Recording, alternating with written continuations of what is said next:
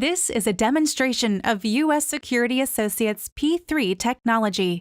In this video, you will see how P3 is used in a hotel setting to keep the premises safe, secure, and functioning in the best possible manner. We will start by showing a zone model of the property. The red outlines the perimeter, the blue outlines primary zones, such as buildings and parking lots. The green shows subzones that are nested inside primary zones, such as rooms, lobbies, and stairwells. Now you will see an officer on tour using a configurable workflow to demonstrate how the zone model works together with the workflow, beacon, and GPS coordinates.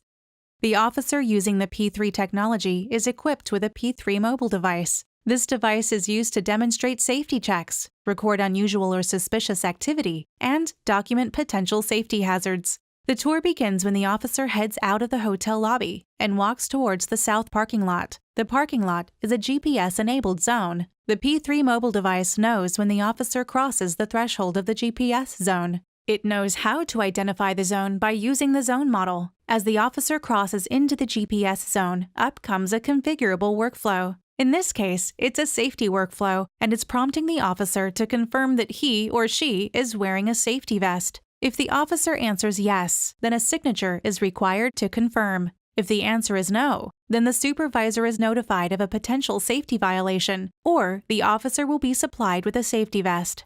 The tour continues, and the officer heads back indoors to an interior meeting room. This room is a Bluetooth beacon-activated zone. Since GPS doesn't work well indoors, USA uses P3 mobile beacons to let P3 mobile know where the officer is and when he or she comes in range of a zone. In this example, this is a security workflow. The P3 mobile device will ask if the door is locked. Since it is not locked, the officer will need to create an incident report by speaking what they see and give a narrative. In this case, there is an unlocked door, and the AI engine guesses the correct category based on the narrative from the officer. As a result, the officer is required to take pictures and notify the appropriate people of the violation in real time. The tour continues into another meeting room with a Bluetooth-activated zone. This beacon is designed so the officer must get very close to it to activate the workflow. The workflow works a little differently here. The officer is asked to enter in the temperature that is seen on the thermostat.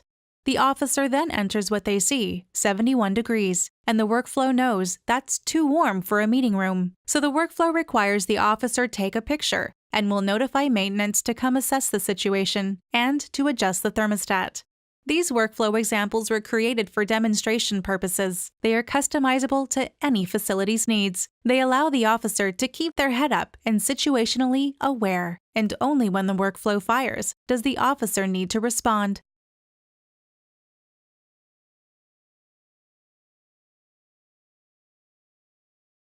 The final stop of the tour is the lobby. The lobby is another Bluetooth beacon-enabled zone. As the officer comes in range of the beacon, the workflow is activated. This is an accident prevention workflow.